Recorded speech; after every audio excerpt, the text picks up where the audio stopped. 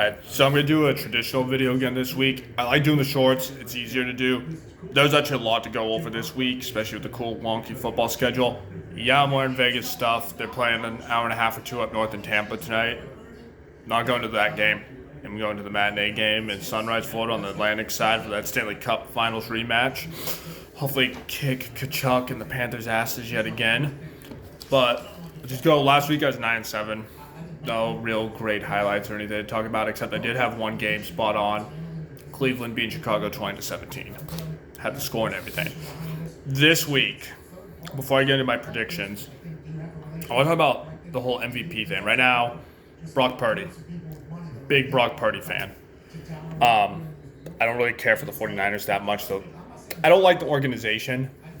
Just 'cause they've caused my Packers some pain over the years. But I like a lot of their players. They're a great coach team. They got John Lynch as their GM. A huge fan of his growing up. I just don't like the organization. But I'm a big Brock Purdy fan. I want to see him do well. His story's great for the league. But this is one of those years. If a quarterback wins MVP this year, are we ever going to see a non-quarterback win MVP this year? Let's not kid ourselves. The quarterback play this year in the league has been subpar at best. We're supposed to have all these great quarterbacks. A lot of it's injuries. Let's not kid ourselves. We saw Aaron Rodgers go down 5 plays into the year. Burrow hasn't been fully healthy at all this year and is out for the season now. Kirk Cousins. The list goes on and on and on, right? But there has not been that much great quarterback play, especially when you look at guys like Brock Purdy's teammate, Christian McCaffrey. You look at Tyreek Hill over in Miami. Like, this feels like that year you kind of just got to, if you're the league, you need to break your love affair with the quarterback position and either give it to Tyreek or McCaffrey. I'm trying to think if there's any defensive player that would, if my Raiders weren't what they are, and they somehow made it into the playoffs or something, I would honestly say maybe look at Max Crosby. Same deal if Pittsburgh didn't have their issues, you'd have to look at T.J. Watt. But unfortunately, you see where this is going. Now, let's get into this week's picks. There's a couple things I want to note about. Let's talk about 3 games. Monday, Christmas Day. That is awesome. I'll get into my picks for those at the end, so I'm just going to go chronological like always. That is fan-freaking-tastic, and the nightcap could be a Super Bowl preview. But yeah, so tonight, New Orleans at the Rams.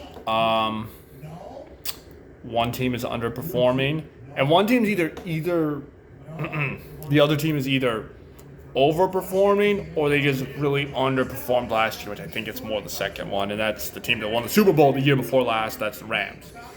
Saints kind of underperforming. They're very underperforming if I go back to my preseason picks, which aren't looking so great. That is right. I got to write one thing down. But I have the Rams winning that one 28-17.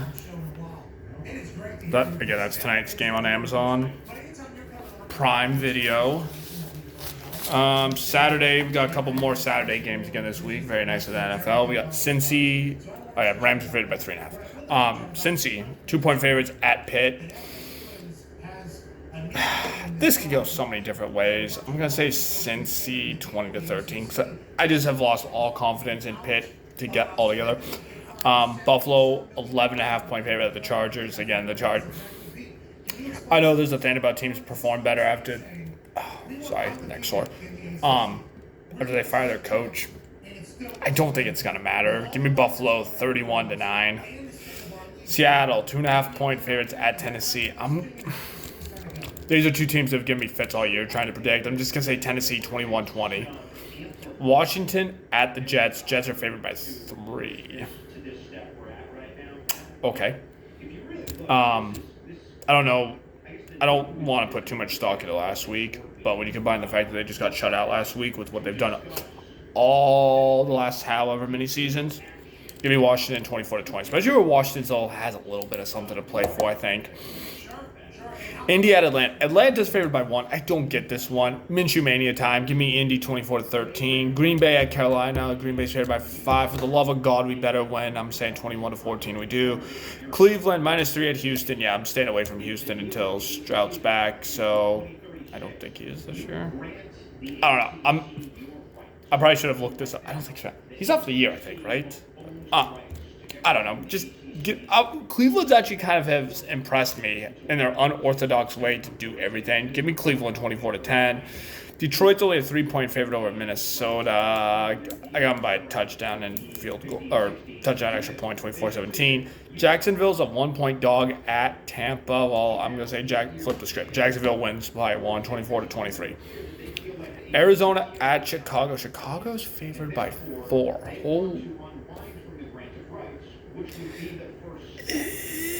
I don't even know who Arizona's quarterback is, so I'm going to say 2017 Arizona. I feel like Arizona has been like the most forgotten about team this year because they had such low expectations by most people. Myself heavily included in that. And they've done a little better than that, but not enough to be like, wow, look at Arizona. All we know is yeah. Dallas at Miami. Miami's favored by 1. Give me Miami by 1, 28-27. New England at Denver. Denver 6.5-point faves. I'm gonna say 24-13 Denver. Vegas at KC. I'm not putting too much stock into what happened last week, as much as I'd love to. KC gets the dub. They won't cover the 10 though. 27-20. Giants at Philly. Philly's favored by 12. I think Philly does finally kind of break through a bit this week and their negative roll and starts building positive momentum before the playoffs. I don't see it by 12. I'm saying 28-21. And then, as I mentioned before, the possible Super Bowl matchup, which we've seen this matchup before in the Harbaugh Bowl or the Har Bowl, whatever you want to call it, back when Jim was at San Fran. It's Baltimore at San Fran by 5. Listen, I've already said I don't like San Fran as an organization because of their history, but I do like them more as a team. This is one of those games that's really hard to predict. Like, this could be the game where Lamar puts himself out there as, hey, why am I not in the MVP conversation that much? Or they could just drop an absolute turd on the field and get blown out. I don't think it is going to be that. I think it's going to be Lamar trying to get his name back in the hat for MVP. They pull off 31-30. It might even be a Lamar last-minute drive. Field goal, touchdown, whatever it may be. That's where I'm going to go with this. Still got more time before important bowl game starts, so we don't have to talk about that right now. I do want to, once we get into more of the New Year's Six and some of the bigger ones that people actually know of. But right now, the Southwestern Arkansas Credit Union Bowl doesn't mean anything to anyone, so I think that's it. Drop in the comments if you were to vote, who's your pick right now to win league MVP?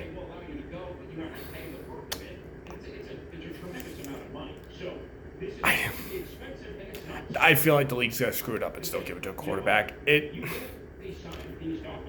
And just like the same thing that's gonna, I think, needs to keep Brock Purdy from it with the talent around him. That you have to say that for McCaffrey. Then I don't know how Tyreek Hill doesn't get mentioned more. Like, that's who I would be voting for if you're going by most valuable player. If not him and McCaffrey, are definitely going to duke it out for Offensive Player of the Year. That's for sure.